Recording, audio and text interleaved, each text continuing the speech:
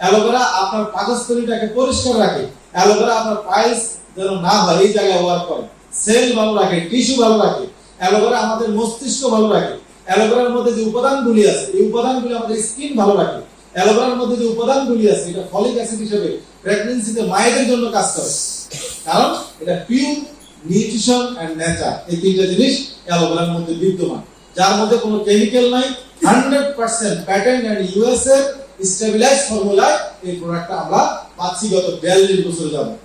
So দেখেন আজকে পৃথিবীতে যেটা ঘটতেছে, যেমন আমেরিকা হচ্ছে পৃথিবীর সবচেয়ে শক্তিধর দেশ, আমেরিকার ওয়াশিংটন ডিসিতে সবচেয়ে বেশি, নিউ ইয়র্ক সিটিতে সবচেয়ে বেশি মানুষ মারা গেল। মারা যাওয়ার রিজন কি? রিসেন্টলি ডন পত্রিকায় রিপোর্ট প্রকাশ হলো কেন কোভিড-19 এত বেশি মানুষ মারা গেল। ডিসকভারিতে একটা প্রতিবেদন আসলো, ডিসকভারিতে এই প্রতিবেদন আসলো যে নিউ ইয়র্ক সিটিতে এত বেশি মানুষ মারা গেল কেন, কারণটা কি? কারণ হচ্ছে যেটা বের করলো, সকালবেলা ঘুম থেকে উঠে তাদের ডিউটি টাইম হচ্ছে 6টা, তারা রাত্রি বেলায় 2টা পাউরুটির মাঝখানে মিয়োনিজ সস এবং একটু চিকেন দিয়ে এটাকে পাশায় রাখে, সকালবেলা যাওয়ার সময় একটু চস দিয়ে গাড়ি ড্রাইভ করতে করতে তারা অফিসে চলে যায়। এটাই হচ্ছে তাদের সকালবেলা নাস্তা। এখন এই পাউরুটির মধ্যে ইমিউনিটি বুস্টিং এর কোনো উপাদান আছে? ব্রয়লার মুরগি 28 দিনে 2 কেজি হয়, এটা খেলে আপনার বডিতে ইমিউনিটি বুস্টিং হবে? হবে না।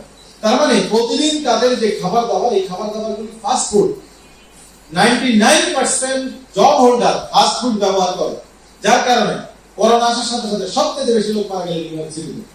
তার কারণ শাকসবজির আশেপাশে তারা নেই, সময় নেই, মূল হচ্ছে কি নেই? সময় নেই, টাইম নেই।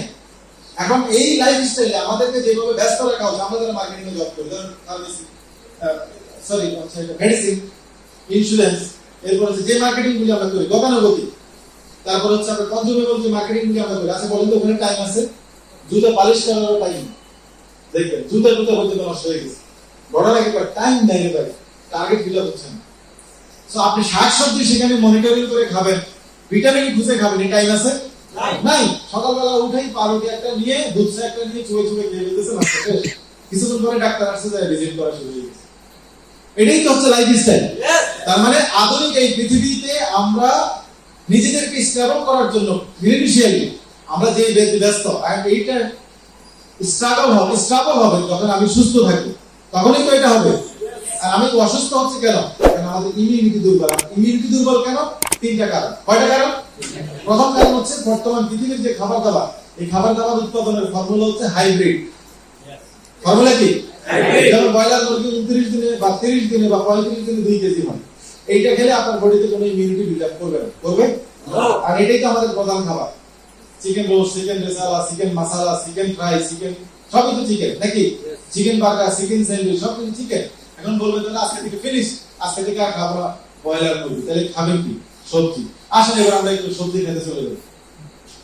সবজির খেতে গিয়ে যেটা দেখা যায়, আপনি যদি কোনোভাবে, যেমন ধরেন আমার বাসায় গত 7-8 দিন আগে ফ্রিজের মধ্যে আমি আমার বাচ্চাদের জন্য কিছু চকলেট আনছি, এগুলো ফ্রিজে রাখতে হবে।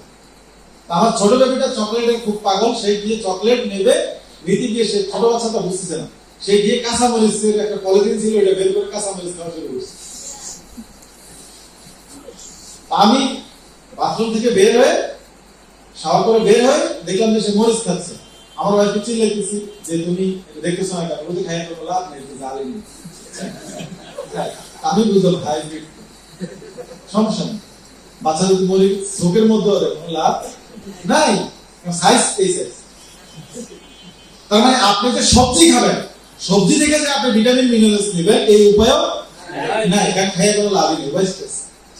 তার মানে সমস্ত চাষে ব্যবহার হচ্ছে এখন হাইব্রিড পদ্ধতি। কারণ কি? কারণ হচ্ছে জমি কমে যাচ্ছে, মানুষের পরিমাণ বাড়তেছে।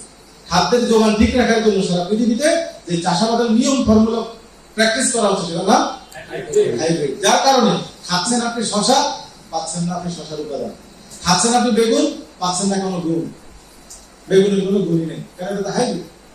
এইভাবে যত ধরনের সবজি চাষ আপনি চাষেন, আপনাদের এই যে মাঠে ঘাটে যারা চাষ করে, সারবিহীন চাষ আছে নাকি? কীটনাশক বিহীন চাষ আছে নাই? তার মানে কীটনাশক যুক্ত চাষাবাদের কারণে সবজি থেকেও যে আপনি উপাদানগুলি নেবেন কোনো সুযোগ নাই। আপনি দেখবেন মাইজ ভান্ডারিতে গেছিলাম গত 2 বছর আগে, গিয়ে দেখি মাইজ ভান্ডার ওরস হয়, ওরসে গিয়ে দেখছি মুলার সাইজ আমার সাইজ বড়, মানুষ মুলার সাথে দাঁড়ায় ছবি তুলে আইসি গভর্নমেন্ট কারণ মূলাকে হাইব্রিড দিয়ে এমন ভাবে চাষ করছে মূলা মানুষের সাইজ থেকে লম্বা হয়ে গেছে। আর এই মূলা খেলে কোনো vitamin, minerals, protein, zinc, copper, magnesium, selenium, vitamin B1, B6, vitamin D কোনো সুযোগ আছে? নাই। তার মানে এগুলোই হচ্ছে আমাদের বডির মূল ভিত্তি, যেটা 40 বছর আগের মানুষের প্রধান মেডিসিন ছিল। ছিল না? ছিল। আপনি দেখেন আগেকার সময় বাচ্চার কাছে ধারণ ক্ষমতা কেমন আর এখনকার সময় কেমন। যেমন আমার দাদির 12টা সন্তান, বেঁচে নেয় তাকে জিজ্ঞেস করতে একটাও সিজার হয় না। আমার দাদির 12টা সন্তান, মানে 6 জন ফুফু, 6 জন বাবা সহ আঙ্কেল। আমার দাদির হচ্ছে 12টা সন্তান। এই 12টা সন্তানের মধ্যে একটাও সিজার হয় না। আর এখন তো একটা নেওয়ার আগে 3 ডাক্তার চেঞ্জ করতে হয়। ঘটনা কি? তোর বাচ্চা হবে কিনা সন্দেহ আছে। এর কারণ দ্বিতীয় সেটা হচ্ছে কেমিক্যাল। দ্বিতীয়টা কি? কেমিক্যাল। সয়াবিন তেল 1998 সালের পর থেকে বাংলাদেশে কোনো সয়াবিন তেল আমদানি হয় না। আপনি বলবেন কি রে ভাই, সয়াবিন তেল তো খাচ্ছি আবার আমদানি হয় না কি বলছি? যাকে আপনারা সয়াবিন তেল বলে দেখেন এটা কিন্তু সয়াবিন তেল না। আপনারা অনেকে বলবেন পাম অয়েল, নাকি? পাম অয়েল বলবেন না? পাম অয়েল অরিজিনালটা যদি আপনি খান আপনার কোলেস্টেরল লেভেলটা ভালো থাকবে। যদি আপনি পাম অয়েল অরিজিনালটা পান। মালয়েশিয়াতে আমরা अवेलेबल পাম অয়েল তেলেরই খাবার খাই, কোনো ক্ষতি তো হচ্ছে না। পাম অয়েলের 4th গ্রেড যেটা, এটা দিয়ে তৈরি হচ্ছে কনডেন্স মিল্ক, মালয়েশিয়াতে अवेलेबल, ওই খেলে তো গ্যাস্ট্রিকের প্রবলেম হয় না। তার মানে আমরা যে তেল খাচ্ছি 1998 এর পর থেকে বাংলাদেশের সমীকরণ যেটা বলে ডায়াবেটিস, হার্ট ডিজিজ, আর্থ্রাইটিস এগুলো अवेलेबल। এর কারণ কি? সয়াবিন তেলের জায়গায় এখন আর সয়াবিন তেল নাই, রিফাইনারি অয়েল, যে অয়েলটা আমাদের বর্তমানে ঘরে ঘরে ডায়াবেটিসের জন্ম দিয়েছে সর্দি কাশির মতো। কেমন কোন ঘর নাই যেখানে সর্দি কাশির মতো ডায়াবেটিস নেই। আপনি শুধু হবিগঞ্জ থেকে শায়েস্তাগঞ্জের এই জায়গায় যতগুলি ঘর আছে এই জায়গাগুলোতে যদি আপনি সার্ভে করেন আর পুরো ইউরোপকে যদি আপনি সার্ভে করেন, পুরো ইউরোপে যে পরিমাণ ডায়াবেটিস রোগী পাবেন না, এই হবিগঞ্জের এই টাউন হল থেকে শেষ মাথা পর্যন্ত এই থেকে ডাবল রোগী পাবেন। নাকি? নাকি মিথ্যা বললাম? ঘরে ঘরে 2 জন 3 জন ডায়াবেটিস রোগী, ইনসুলিন নিচ্ছে 2 জন, ট্যাবলেট খাচ্ছে 2 জন। প্রত্যেকটা ঘরে এক একটা মিনি ফার্মেসির বার হয়ে গেছে। দাদির জন্য 1 পলিথিন, নানির জন্য 1 পলিথিন, দাদা খায় 1 পলিথিন, মা খায় 1 পলিথিন। এটাই তো হচ্ছে।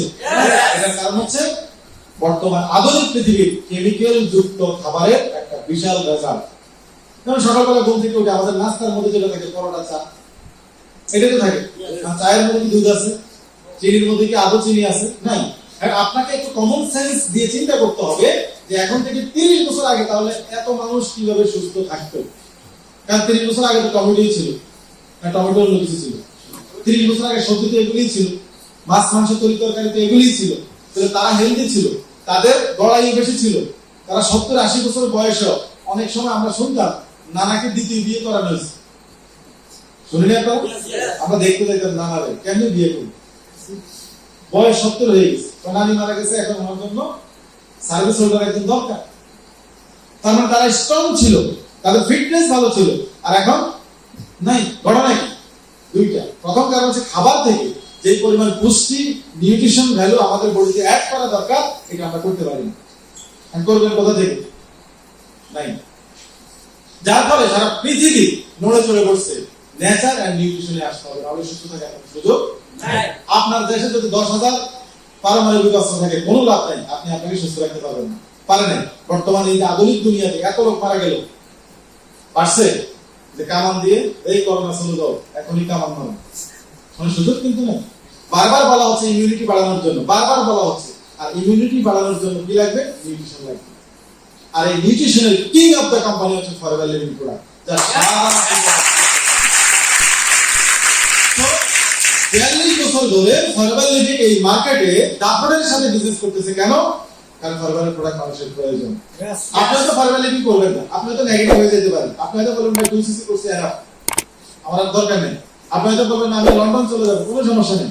আপনি হয়তো বলবেন আমি সৌদি আরবে চলে যাব, আমি ফরএভার বাংলাদেশে করব না, আমার অন্য চাকরি বা কর্ম দরকার। আপনি শুধু লিখে রাখেন 10 বছর পরে আসলে আপনি ফরএভারের প্রোডাক্ট ইউজ করবেন। শুধু লিখে রাখেন। কেন করবেন? প্রথম কারণ হচ্ছে আপনি এই যে